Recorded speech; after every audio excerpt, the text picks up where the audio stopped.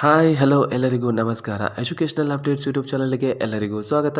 ನಾನು ಇವತ್ತಿನ ವಿಡಿಯೋದಲ್ಲಿ ಸ್ಟೂಡೆಂಟ್ ಬಸ್ ಪಾಸ್ಗೆ ಯಾವ ರೀತಿ ಅಪ್ಲಿಕೇಶನನ್ನು ಹಾಕಬೇಕು ಅನ್ನೋದನ್ನು ತಿಳಿಸ್ಕೊಡ್ತಾ ಇದ್ದೀನಿ.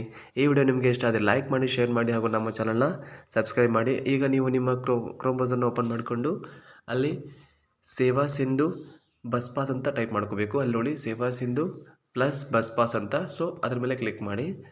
ಕ್ಲಿಕ್ ಮಾಡಾದಮೇಲೆ ಫಸ್ಟ್ ಒಂದು ಲಿಂಕ್ ಇದೆಯಲ್ಲ ಅದ್ರ ಮೇಲೆ ಕ್ಲಿಕ್ ಮಾಡ್ಕೋಬೇಕು. ಕ್ಲಿಕ್ ಮಾಡಿದ ತಕ್ಷಣ ಒಂದು ವೆಬ್ಸೈಟ್ ಓಪನ್ ಆಗುತ್ತೆ. ನೋಡಿ ಈ ಥರ ಒಂದು ಸೇವಾ ಸಿಂಧು ವೆಬ್ಸೈಟ್ ಓಪನ್ ಆಗುತ್ತಲ್ಲ. ಸೊ ಇಲ್ಲಿ ಫಸ್ಟ್ ಲಿಂಕ್ ಇದೆಯಲ್ಲ ನೋಡಿ, ಸ್ಟೂಡೆಂಟ್ ಬಸ್ ಪಾಸ್, ಅದ್ರ ಮೇಲೆ ಕ್ಲಿಕ್ ಮಾಡ್ಕೋಬೇಕು. ಅದ್ರ ಮೇಲೆ ಕ್ಲಿಕ್ ಮಾಡಿದ ತಕ್ಷಣ ಸೇವಾ ಸಿಂಧು ಲಾಗಿನ್ ವೆಬ್ಸೈಟ್ ಓಪನ್ ಆಗುತ್ತೆ. ಈ ಥರ ಒಂದು ವೆಬ್ಸೈಟ್ ಓಪನ್ ಆಗುತ್ತೆ. ಸೊ ಇಲ್ಲಿ ನೀವೇ ನೋಡ್ಕೋಬೇಕು ಲಾಗಿನ್ ಐ ಡಿ ಅಂದರೆ ನಿಮ್ಮ ಮೊಬೈಲ್ ನಂಬರ್ ಆ್ಯಂಡ್ ಪಾಸ್ವರ್ಡನ್ನು ಎಂಟ್ರಿ ಮಾಡ್ಕೋಬೇಕು. ಈ ಮೊಬೈಲ್ ನಂಬರ್ ಆ್ಯಂಡ್ ಪಾಸ್ವರ್ಡ್ ಬೇಕು ಅಂತ ಅಂದರೆ ಮೊದಲು ನೀವು ಸೇವಾ ಸಿಂಧುಗೆ ರಿಜಿಸ್ಟರ್ ಮಾಡ್ಕೋಬೇಕು. ಅಲ್ಲಿ ನೋಡಿ ಕೆಳಗಡೆ ಇದೆ ರಿಜಿಸ್ಟರ್ ಹಿಯರ್ ಅಂತ, ಅದ್ರ ಮೇಲೆ ಕ್ಲಿಕ್ ಮಾಡಿಕೊಂಡು ರಿಜಿಸ್ಟರ್ ಮಾಡಿಕೊಂಡ್ರೆ ನಿಮಗೆ ಮೊಬೈಲ್ ನಂಬರ್ ಆ್ಯಂಡ್ ಪಾಸ್ವರ್ಡ್ ಸಿಗುತ್ತೆ. ಇವಾಗ ನಾನು ನನ್ನ ಮೊಬೈಲ್ ನಂಬರ್ ಆ್ಯಂಡ್ ಪಾಸ್ವರ್ಡನ್ನು ಹಾಕಿ ಎಂಟ್ರಿ ಮಾಡಿ ತೋರಿಸ್ತೀನಿ ನಿಮಗೆ. ಓಕೆ, ಇಲ್ಲಿ ನೋಡಿ 952646 ಈ ಥರ ಟೈಪ್ ಮಾಡಿ ಲಾಗಿನ್ ಮೇಲೆ ಕ್ಲಿಕ್ ಮಾಡ್ಕೋಬೇಕು. ಕ್ಲಿಕ್ ಮಾಡಾದಮೇಲೆ ನಮಗೆ ಸೇವಾ ಸಿಂಧು ವೆಬ್ಸೈಟ್ ಓಪನ್ ಆಗುತ್ತೆ.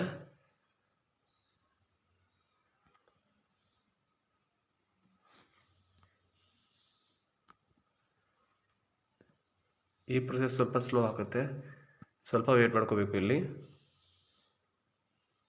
ನೀವೇನಾದರೂ ಒಂದ್ಸಲ ಸೇವಾ ಸಿಂಧುವಿಗೆ ಲಾಗಿನ್ ಆದರೆ ಸೊ 30 ಮಿನಿಟ್ಸ್ ಅಂದರೆ ಒಂದು ಅಪ್ಲಿಕೇಶನ್ ಹಾಕೋಕ್ಕೆ ನಿಮಗೆ 30 ಮಿನಿಟ್ಸ್ ಟೈಮ್ ಕೊಟ್ಟಿರ್ತಾರೆ. ಅಂದರೆ ಅದಕ್ಕೆ ಒಂದು ಸೆಷನ್ ಅಂತ ಕರೀತಾರೆ. ಇಲ್ಲಿ ನೋಡಿ ಲಾಗಿನ್ ಆಯಿತು. ಇಲ್ಲಿ ನೋಡಿ ಇಲ್ಲಿ ಟೈಮ್ ಓಡ್ತಾ ಇದೆ 30 ಮಿನಿಟ್ಸ್ ಅಂತ. ಸೊ 30 ಮಿನಿಟ್ಸ್ ಆಗೋವರೆಗೂ ನೀವು ಸೇವಾ ಸಿಂಧುನ ಓಪನ್ ಮಾಡ್ಕೋಬೋದು. ಅದಾದಮೇಲೆ ಅದೇನಾಗುತ್ತೆ ಆಟೋಮೆಟಿಕ್ಕಾಗಿ ಲಾಗೌಟ್ ಆಗುತ್ತೆ. ಇಲ್ಲಿ ನೋಡಿ ಕಲ್ಯಾಣ ಕರ್ನಾಟಕ ರಸ್ತೆ ಸಾರಿಗೆ ನಿಗಮ ಅಂದರೆ ನಿಮಗೆ student bus pass application open ಆಯಿತು. ಇಲ್ಲಿ ನೋಡ್ಕೋಬೇಕು ಫಸ್ಟು ಸಿಟಿಜನ್ಶಿಪ್ ಅಂತಿದೆಯಲ್ಲ, ಸೊ ಇಂಡಿಯನ್ ಸಿಟಿಸನ್ಸ್ ಮೇಲೆ ಕ್ಲಿಕ್ ಮಾಡಿ. ಅದಾದಮೇಲೆ ಇನ್ಸ್ಟಿಟ್ಯೂಷನ್ ಲೊಕೇಟೆಡ್ ಇನ್ ಅಂದರೆ ನೀವು ಹೋಗ್ತಾ ಇರೋ ಸ್ಕೂಲ್ ಅಥವಾ ಕಾಲೇಜು ಕರ್ನಾಟಕದಲ್ಲೇ ಇದೆ ಅಂದಮೇಲೆ ಕರ್ನಾಟಕದ ಮೇಲೆ ಕ್ಲಿಕ್ ಮಾಡ್ಕೋಬೇಕು. ಅದಾದಮೇಲೆ ಆಧಾರ್ ನಂಬರ್, ನೀವು ನಿಮ್ಮ ಆಧಾರ್ ನಂಬರನ್ನು ಎಂಟ್ರಿ ಮಾಡ್ಕೋಬೇಕು. ಇವಾಗ ನಾನು ನನ್ನ ಆಧಾರ್ ನಂಬರ್ನ ಎಂಟ್ರಿ ಮಾಡಿ ನಿಮಗೆ ತೋರಿಸ್ತೀನಿ.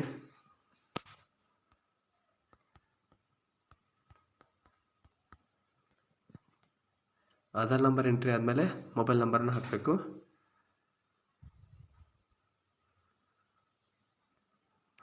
ಅದಕ್ಕಿಂತ ಬಿಫೋರ್ ಒಂದು ಕನ್ಸೆಂಟ್ ಬರುತ್ತೆ. ಸೊ ಇದಕ್ಕೆ ಅಗ್ರಿ ಅಂತ ಕೊಡಬೇಕು.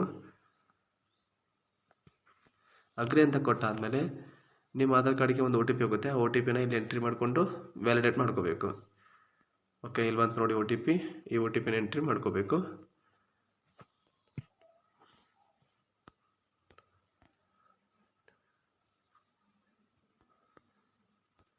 ಓಕೆ, ಎಂಟ್ರಿ ಮಾಡ್ಕೊಂಡ್ಮೇಲೆ ವ್ಯಾಲಿಡೇಟ್ ಅಂತ ಕೊಡಬೇಕು.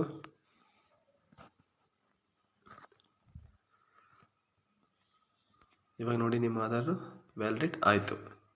ಅದಾದಮೇಲೆ ಮೊಬೈಲ್ ನಂಬರ್ನ ಹಾಕಬೇಕು. ಓಕೆ, ಇದಾದಮೇಲೆ ಕೆಳಗಡೆ ಅಗೇನ್ ಮೊಬೈಲ್ ನಂಬರಿಗೆ ಒಂದು OTP ಬರುತ್ತೆ. ಸೊ ಇಲ್ಲಿ ಬಂತು ನೋಡಿ, ಮೊಬೈಲ್ ನಂಬರ್ನ OTP ಹಾಕಿ ವ್ಯಾಲಿಡೇಟ್ ಅಂತ ಕೊಡಬೇಕು.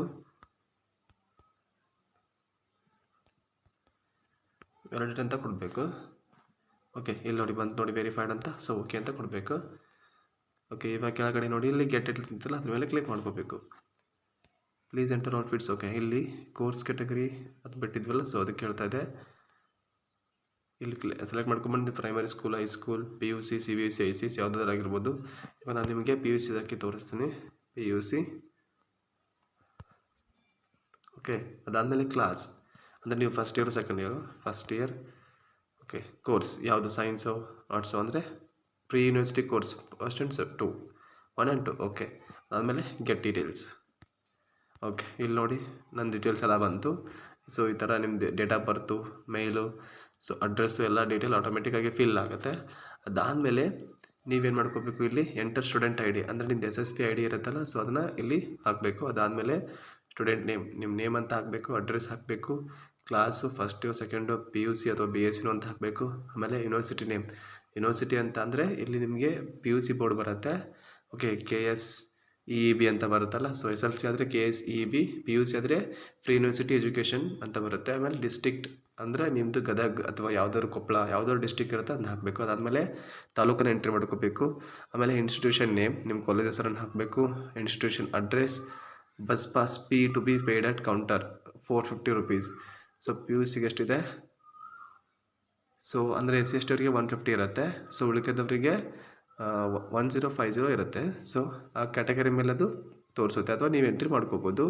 ಅದಾದಮೇಲೆ pass valid up to validity next ಇರುತ್ತೆ, ನೆಕ್ಸ್ಟ್ ಇಯರ್ ಮಾರ್ಚ್ವರೆಗೆ ಇರುತ್ತೆ ನಿಮ್ಮ ಪಾಸ್ ವ್ಯಾಲಿಡಿಟಿ. ಅದಾದಮೇಲೆ is residence address same as ration card, ನಿಮ್ದು ಅಂದರೆ ರೇಷನ್ ಕಾರ್ಡಿರೋ ಅಡ್ರೆಸ್ಸಿಗೆ ನಿಮ್ಮ ಅಡ್ರೆಸ್ ಸೇಮ್ ಇದ್ದರೆ ಎಸ್ ಅಂತ ಕೊಡಬೇಕು. ಅದಾದಮೇಲೆ ಸೆಲೆಕ್ಟ್ ರೂಟ್ ಡಿಸ್ಟಿಕ್, ಅಂದರೆ ನೀವು ಎಲ್ಲಿಂದ ಎಲ್ಲಿ ಹೋಗ್ತೀರ ಅದನ್ನು ಸೆಲೆಕ್ಟ್ ಮಾಡ್ಕೋಬೇಕು.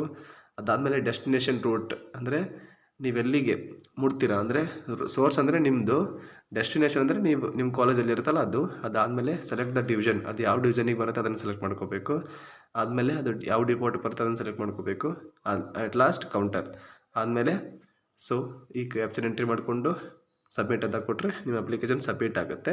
ಸೊ ಅಲ್ಲೊಂದು ಫಾರ್ಮ್ ಬರುತ್ತೆ. ಸೊ ಆ ಫಾರ್ಮ್ನ ಫಿಲ್ ಮಾಡಿಕೊಂಡು ನೀವೇನು ಮಾಡ್ಕೋಬೇಕು, ಅದನ್ನು ಸ್ಕ್ಯಾನ್ ಮಾಡಿಕೊಂಡು ಕಾಲೇಜಲ್ಲಿ ಫಿಲ್ ಮಾಡಿಸ್ಕೊಂಡು ಅದನ್ನು ಸ್ಕ್ಯಾನ್ ಮಾಡಿ ಅಪ್ಲೋಡ್ ಮಾಡಿ ಆದರೆ ಆಯಿತು. ಆಮೇಲೆ ನೀವೇನು ಮಾಡ್ಕೋಬೇಕು, ನೀವು ಫಿಲ್ ಮಾಡಿದ ಅಪ್ಲಿಕೇಶನ್ ಫಾರ್ಮ್ನ ನಿಮ್ಮ ಹತ್ರನೇ ಇಟ್ಕೊಂಡು 3-4 ಡೇಸ್ ಆದಮೇಲೆ ಅಪ್ಲಿಕೇಶನ್ ಏನಾಗುತ್ತೆ, ನಿಮ್ಮದು ಅಪ್ಲಿಕೇಶನ್ ಸಬ್ಮಿಟ್ ಆಗಿರುತ್ತೆ. ಆವಾಗ ನೀವೇನು ಮಾಡ್ಕೋಬೇಕು, ನಿಮ್ಮ ಹತ್ತಿರದ ಗ್ರಾಮ್ ಒನ್ ಅಥವಾ ಕರ್ನಾಟಕ ಒನ್ ಒಳಗಡೆ ಹೋಗಿ ಸೊ ನಿಮ್ಮ ಅಪ್ಲಿಕೇಶನ್ನ ನಂಬರನ್ನು ಹೇಳಿದ್ರೆ ಸೊ ಅದೇನಾದರೂ ಅಂದರೆ ಅಕ್ಸೆಪ್ಟೆಡ್ ಆಗಿದ್ದರೆ ಸೊ ಬರುತ್ತೆ ನಿಮಗೆ ಪಾಸನ್ನು ಅವರು ಅಮೌಂಟನ್ನು ತೊಗೊಂಡು ಪಾಸನ್ನು ಕೊಡ್ತಾರೆ. ಸೊ ಈ ವಿಡಿಯೋ ನಿಮಗೆ ಇಷ್ಟ ಆದರೆ ಲೈಕ್ ಮಾಡಿ, ಶೇರ್ ಮಾಡಿ ಹಾಗೂ ನಮ್ಮ ಚಾನಲ್ನ ಸಬ್ಸ್ಕ್ರೈಬ್ ಮಾಡಿ ಅಂತ ಹೇಳ್ತಾ ಈ ವಿಡಿಯೋನ ಮುಗಿಸ್ತಾ ಇದ್ದೀನಿ. ಮುಂದಿನ ವಿಡಿಯೋದಲ್ಲಿ ಮತ್ತೆ ಸಿಗೋಣ. ಟಾಟಾ, ಬಾಯ್ ಬಾಯ್.